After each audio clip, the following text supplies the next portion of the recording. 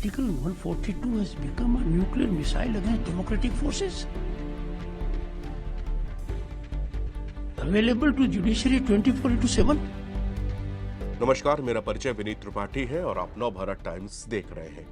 हम बचपन से एक बात पढ़ते और सीखते आ रहे हैं कि 3 पिलर्स ऑफ डेमोक्रेसी, यानी कि हमारा लोकतंत्र 3 मजबूत स्तंभों पर टिका हुआ है।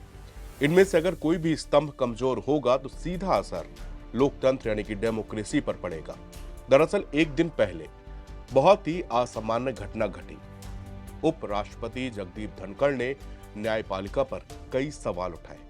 इसके साथ ही उन्होंने संविधान की भी बहुत सारी बातें वहां पर बताई। उनका यह भाषण चर्चा का विषय बना हुआ है। आखिरकार ऐसी कौन सी नौबत आई कि वाइस प्रेसिडेंट को इतने कड़े शब्दों का प्रयोग करना पड़ा? हम आपको पहले पूरी कहानी समझाते हैं, इसके बाद आपको वाइस प्रेसिडेंट की स्पीच के कुछ पार्ट्स हिंदी में आपको हम समझाएंगे। लोकसभा और राज्यसभा से पास होने के बाद वक्फ बिल राष्ट्रपति के पास पहुंचा। राष्ट्रपति ने अपनी मुहर लगाई। इसके बाद यह मुकम्मल कानून बन गया। देश भर में इसका विरोध हुआ। पश्चिम बंगाल में तो हिंसक प्रदर्शन हुए, कई लोगों की जान चली गई और पुलिस वाले भी घायल हुए।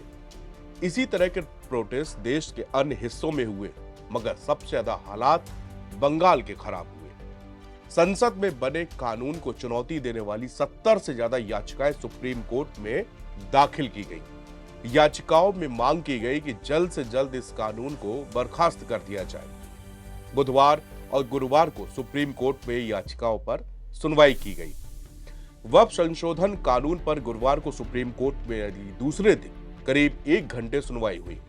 कोर्ट ने केंद्र सरकार को जवाब दाखिल करने के लिए 7 दिन का मोहलत दी। सरकार के जवाब के बाद याचिकाकर्ताओं को 5 दिन में जवाब देना होगा। अगली सुनवाई 5 मई को दोपहर 2 बजे फिर से शुरू होगी।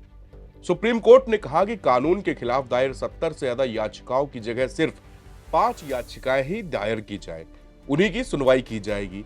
सुप्रीम कोर्ट ने केंद्र का जवाब आने तक वक्फ घोषित संपत्ति पर यथास्थिति बनाए रखने को कहा। तब तक सरकार को 3 निर्देश मानने होंगे। वो 3 निर्देश ये है कि वक्फ बोर्ड पर केंद्र के जवाब तक वक्फ की संपत्ति की स्थिति नहीं बदलेगी। दूसरा यह है कि कोर्ट से वक्फ घोषित संपत्ति डी नोटिफाई नहीं होगी। और तीसरा यह है कि वक्फ बाय यूजर हो या वक्फ बाय डीड, वक्फ बोर्ड और केंद्रीय वक्फ परिषद में कोई नई नियुक्ति नहीं की जा सकेगी। अब उपराष्ट्रपति जगदीप धनखड़ ने एक दिन पहले जो बात कही, उससे अंदाजा यही लगाया जा रहा है कि इसकी यही वजह थी। जगदीप धनखड़ ने कहा कि हम ऐसी स्थिति नहीं बना सकते जहां आप भारत के राष्ट्रपति को निर्देश दें, और वो भी किस आधार पर। संविधान के तहत आपके पास में एकमात्र अधिकार है अनुच्छेद 145(3) के तहत संविधान की व्याख्या ही सुप्रीम कोर्ट कर सकती है। इसके लिए भी 5 या उससे अधिक न्यायाधीशों की आवश्यकता होती है।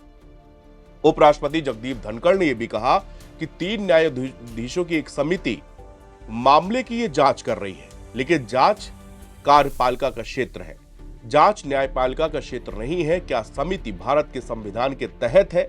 नहीं। क्या 3 न्यायाधीशों की यह समिति संसद से निकले किसी कानून के तहत कोई स्वीकृति रखती है? उन्होंने आगे कहा कि हम ऐसी स्थिति नहीं रख सकते जहां पर आप भारत के प्रेसिडेंट को निर्देश दें, और वो भी बिना किसी आधार के। संविधान के तहत आपके पास केवल एक अधिकार है, अनुच्छेद 145 का 3 क्लॉज के तहत संविधान की व्याख्या करना। तो सुप्रीम कोर्ट में न्यायाधीशों की संख्या पहले 8 हुआ करती थी, 8 में से 5 अब 30 है, और 30 में से कुछ को 5 जजों की पीठ बनानी चाहिए। लेकिन इसे भूल जाइए, न्यायाधीशों ने जो कुछ कहा, वस्तुतः राष्ट्रपति को एक आदेश जारी किया, और यह एक जो चीज है वो प्रस्तुत करता है कि यह देश का कानून होगा। संविधान की शक्ति को वो पूरी तरह से भूल गए। कैसे न्यायाधीशों का यह संयोजन अनुच्छेद 145(3) के तहत कुछ से निपट सकता है? अगर ये संरक्षित था तो 8 में से 5 के लिए हमें उसमें भी संशोधन करने की आवश्यकता है, जरूरत है। 8 में से 5 का मतलब होगा कि व्याख्या की बहुमत के द्वारा की जाएगी, यानी कि जो फैसला होगा वो बहुमत के आधार पर किया जाएगा। खैर 5 और 8 में बहुमत से अधिक का गठन करता है, लेकिन उसे अलग रखें, इस मैटर को इससे अलग रखें। अब उन्होंने कहते हैं अनुच्छेद 142 पर आते हैं। अनुच्छेद 142 लोकतांत्रिक शक्तियों के खिलाफ एक परमाणु मिसाइल बन गया है, जो कि न्यायपालिका को 24/7 उपलब्ध है। उनकी तकरीबन 40 मिनट के एक लंबे भाषण का ये आखिरी लाइन सबसे ज्यादा इसमें या आप ये कहें कि दर्द था, या ये कहें कि गुस्सा था, या तकलीफ थी, लेकिन उन्होंने इस आर्टिकल को ही एक न्यूक्लियर मिसाइल बता दिया है। आर्टिकल 144 करता क्या है, संविधान में इसकी किस तरह से विवेचना की गई है, इसको भी हम आपसे तफसील से आपके साथ साझा करेंगे। और एक चीज और कि क्या जो बड़ा सवाल आज पूछा जा रहा है वो ये है कि संसद में बनाए गए कानून को क्या आप कोर्ट, सुप्रीम कोर्ट उसको रद्द कर सकती है? अगर कर सकती तो वो कैसे कर सकती है? अगर नहीं कर सकती तो फिर इस वक्फ बिल की सुनवाई क्यों की जा रही है?